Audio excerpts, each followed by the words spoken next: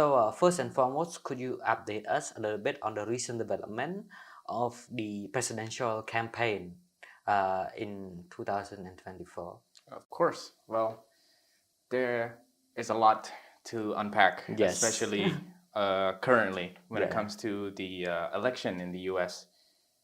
A couple days ago, about almost a week ago, I guess, Yes. the probably one of the biggest, I guess, political events that had occurred that I think most people in the world could possibly not expect to actually happen. An Yes. assassination attempt on Donald Trump. Yes. This is such a heavy toll to the image of the United States, where we have always known the United States as such a major and powerful country where leaders and people are protected in some sort of way through democracy or any kind of means. Yes. And to have such an event to happen towards the life of a presidential candidate, it's such a devastating topic where it's quite shocking. Yes. To be frank, Yeah. where a life of a I guess Powerful figure. yes, a powerful figure could potentially just vanish. Yeah. In an instant. Yeah. And only a couple of days later of such event, we came to know that his rival, President Joe Biden, had essentially withdrawn himself as a candidate from the election, which is more shocking. Yeah. Where they've been going on these campaigns with one another to I guess try to win. Try to win presidency and I guess the acceptance and the approval of the people through the ballot, and to completely just withdraw is quite shocking, and immediately endorsing his Vice President Kamala Harris. So this is for the U.S. These couple days is definitely quite an eventful one. Yes, thank you so much for the recent update. I definitely agree, and I have been closing a somewhat close watch regarding the U.S. Election as well, because the U.S. is such a powerful country. It's arguably one of the first in IR term, we probably call like a hegemon. Right? Yes. Yeah. So when anything happen to the U.S., most likely can has an effect in the global international space as well. Typically, when we see the U.S. or when you heard other rumors regarding like the idea of assassination attempt, feel like we heard it happen before to famous figure like John F. Kennedy, but we assume that as of right now, the idea of developments of the CIA, the FBI, all of these security mechanisms will prevent all of those like an attempt to happen at such a public space, Yes. But in truth, in just the last weeks, we see like how such a event can take place. Yes. And not only that, the drop off of Joe Biden as a presidential candidate for another term, and his endorsements of his vice presidents. So before we get into the implication of the U.S. Political developments further in Southeast Asian nations, let's talk about the U.S. election a bit. To continue, so why do you think that Joe Biden has dropped out from the presidential race? From the way I see it, I think age is such a big factor when it comes to his withdrawal. We can clearly see physically he's aging rapidly, as he is now 81 years old. Wow. To be frank, as an old man, handling such a powerful country, Yes. It's quite a challenge. It is quite a responsibility that demands strength and commitment. And I believe that as much as President Biden's commitment and his love for his country, I believe his physical health could not hold on anymore. Yeah. During the presidency of Barack Obama, Yes. we know that Joe Biden was his vice president. Yes.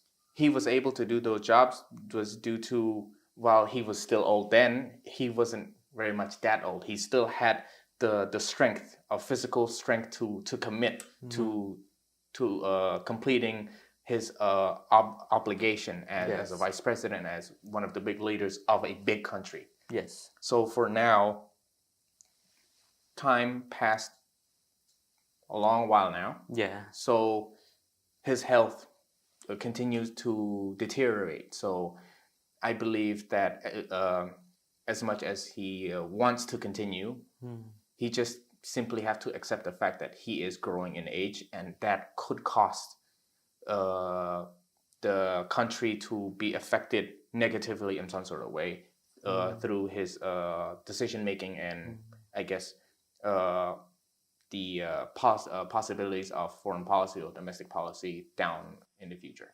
Thank you so much.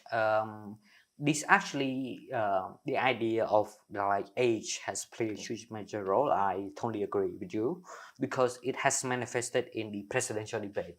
I listened to it, and I believe that people all over the world, especially like the U.S. citizens, has seen like his speeches has became like disjointed a little bit because of his age, and of course when people grow older, their cognitive abilities have to go down. Of course, the physical health also play a role, so both mental and physical capability will go down.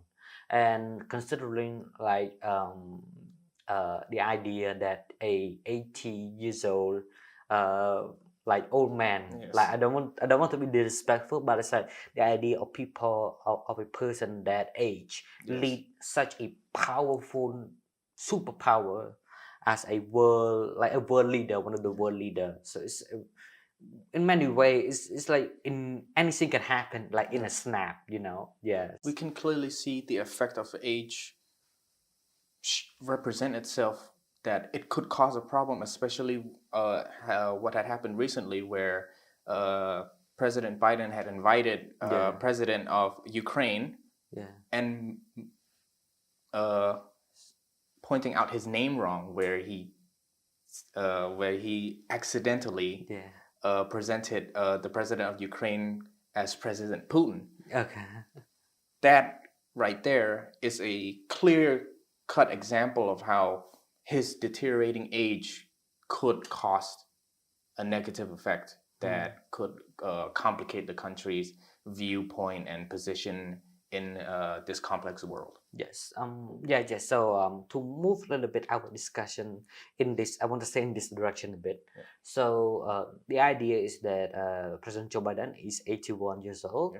However, Donald Trump is not very far behind, right? It's about, I believe that 78 years old. So disregarding the new vice president, it's the idea that a politician or a world leader has the idea that the leader of the US has age that old. Do you think that it has negative implication?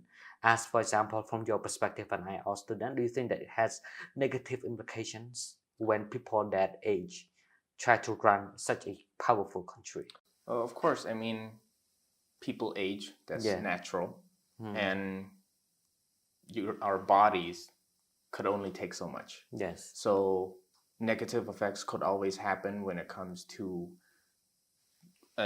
such an overchanging world where things could happen rapidly, and the responsibilities of a large countries like the US, where so many decisions has to be made, where your position of the US has been put as some sort of a leader, where we can clearly see that the decisions made by the US will lead to a domino effect that could affect other countries. Yes. We can clearly see that.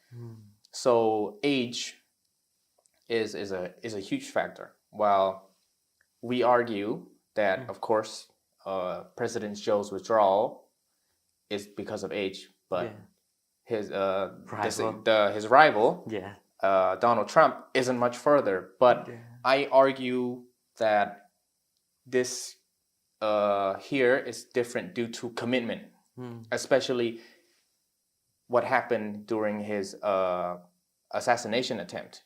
Yes, he is a 78-year-old man, which is still old, but he, despite being shot, he shows commitment that he's not trying to let this age be a barrier or a burden that could affect his country, where he's willing to go through such a physical pain, not just from his age alone, but even from a gunshot wound, where this represents to the American people that this leader have commitment and is willing to do what's necessary, and he still have the strength to be a great leader and step up to be the president of the United States.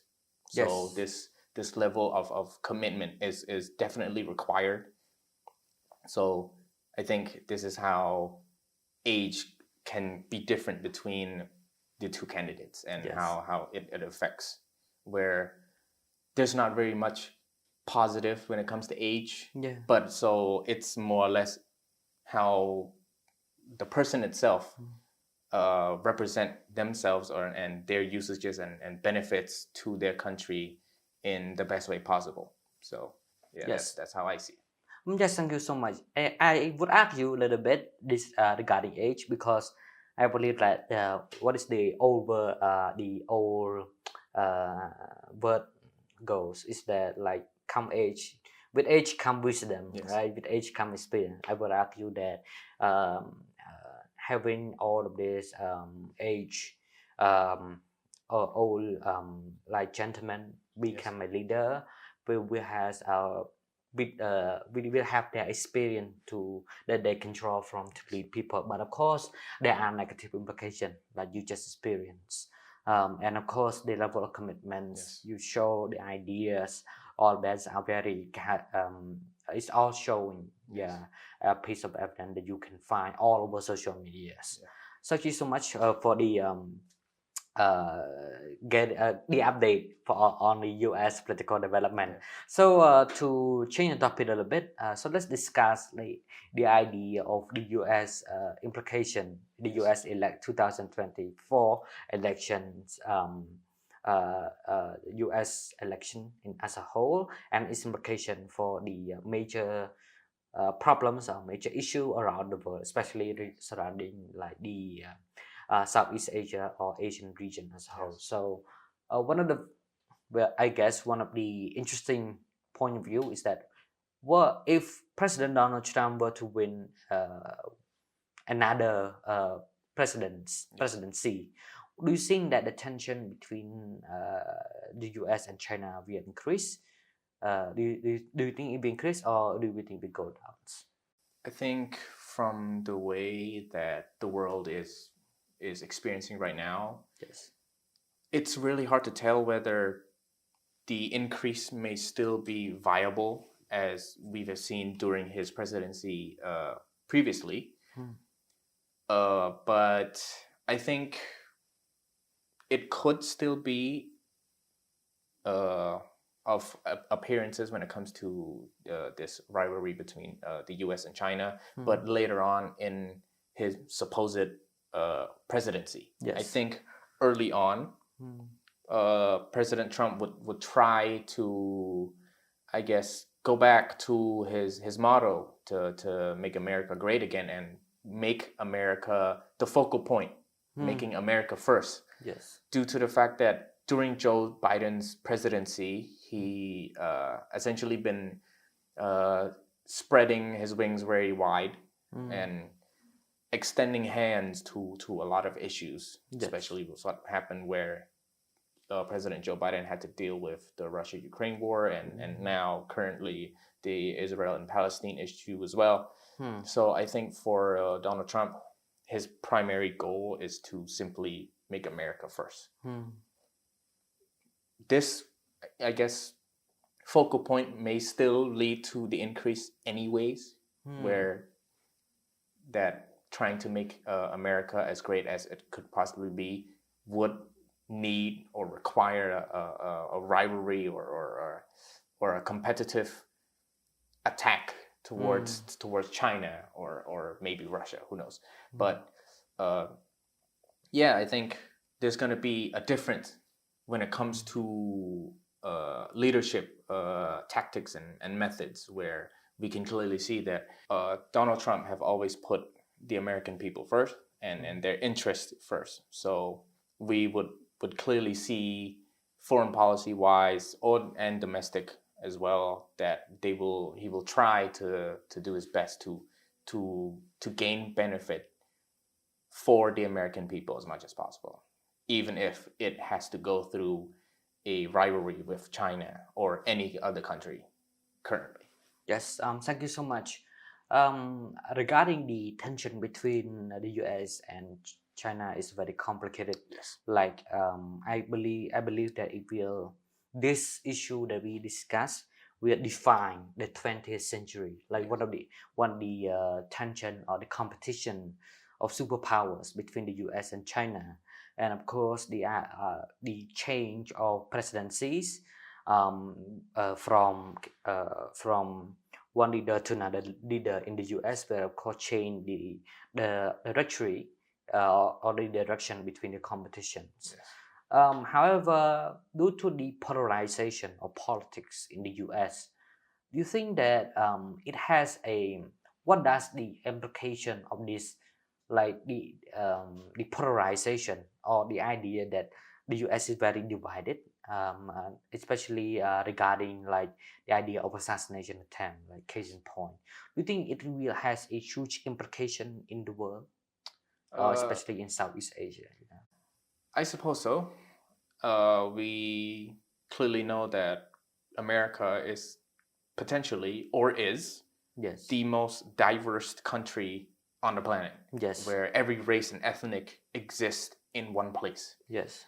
So this could definitely cause implication in a negative way, where people that are considered themselves more American than others believe that other people does not deserve such privilege, I guess. Yes. So this could lead to, negative effect of, ethnic conflicts and whatnot. Yeah. But if we look at the bright side, while there are issues, this could still be a good thing for America, where this diversity creates newer ideas or introduce newer ways of life. Yes. Where America has obtained this vast human and capital resources from their people. Yes. Where different ideas are accepted, even if it is a society issue. Yes. where people are divided and whatnot, but there's no denying that America is still prospering from these ideas, where a lot of the, I guess you could say, minorities or that who are not, I guess, quote unquote American, is still rapidly increasing profit and increasing America's economy in many ways that the Americans had hoped for. So this here is just an issue of race and color and of ethnicity, where beneficial factors is still accountable here, and that's definitely should be a focus where Donald Trump should try to capitalize, in my opinion, where instead of looking at it as a negative way, I just believe that America could always find a balance between the chaos. So for I guess if Donald Trump were to be the next president for the second term, I think the capitalization of these diversity should be one of his focal point when it comes to domestic policy. And when it comes to our region of Southeast Asia or Asia alone, I think it would be quite an interesting take for him to interact within our region specifically, Yes. where we can clearly see that most of the interactions that Southeast Asian had experienced was from China, due to the fact that we're very close to them, Yeah. as we consider them as neighbors, while Yeah. America is far away. But I think an experience to I guess spread as much influence or take an advantage in a way, or Yeah. or I guess in those terms, it'd be wise for President Trump, well, candidate, future president, future president, who knows, to take this advantage and try to interact to create a mutual connection in some sort of way in the region, if he were to essentially try to compete with China once again. So that's how I see it. Yeah, so it essentially like wait and see, right? Because his last presidency, which is the American first, regarding the idea that putting America, focusing on the America in the context, but also right now in the context that we have like Ukraine-Russia crisis, we have the Israel-Gaza war, we have still competition with China. The South China Sea issue is still a very contentious issue. So it's very it will be very interesting and very, it's like the idea that leaders of the U.S. leader will do anything will have ripple effects on all of these issues. So before we close our program and our episode today, I would like to ask Poisha, like your opinion. One of the final question is that what does the U.S. Regardless of who win, the Republicans or the Democrats, what does the U.S. has to do for Southeast Asia country or ASEAN country region as a whole, for like what do they have to do to catch up with the status that right now ASEAN countries see China?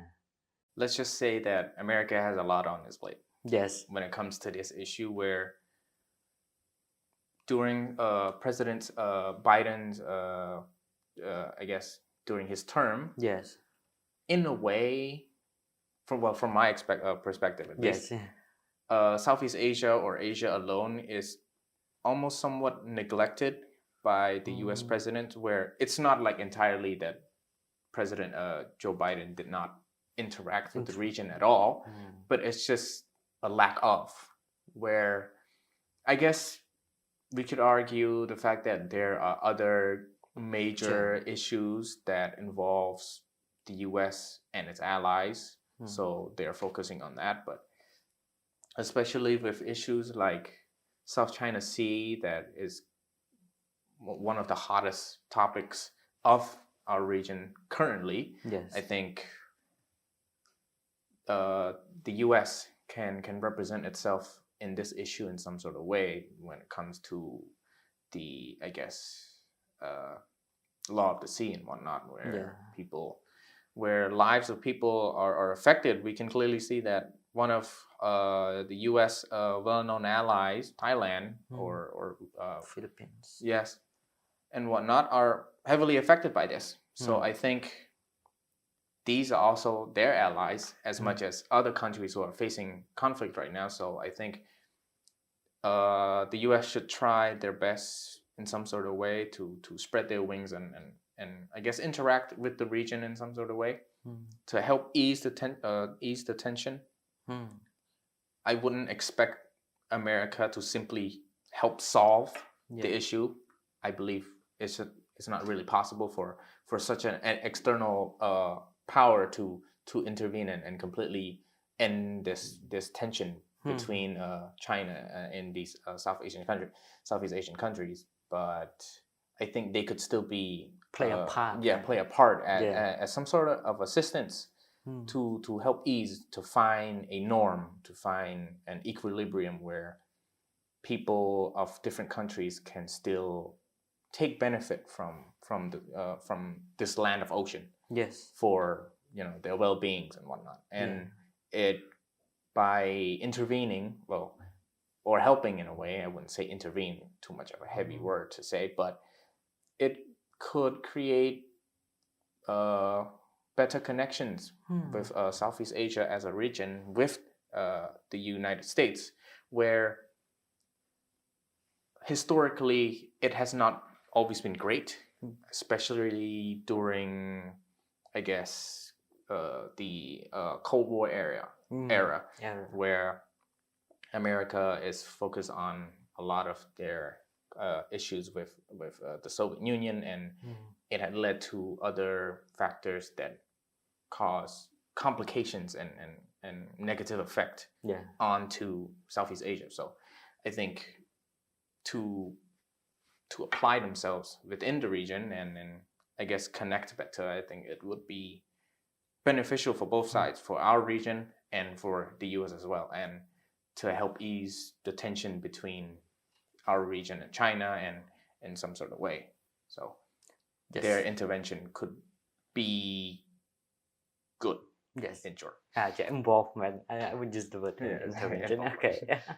Thank you so much for your explanation regarding sharing your opinion and ideas regarding like the role of the US in Southeast Asia. Also the update regarding the political development in the US as well. The US is such a powerful force, and of course the world will look at anticipation regarding the US election in 2024.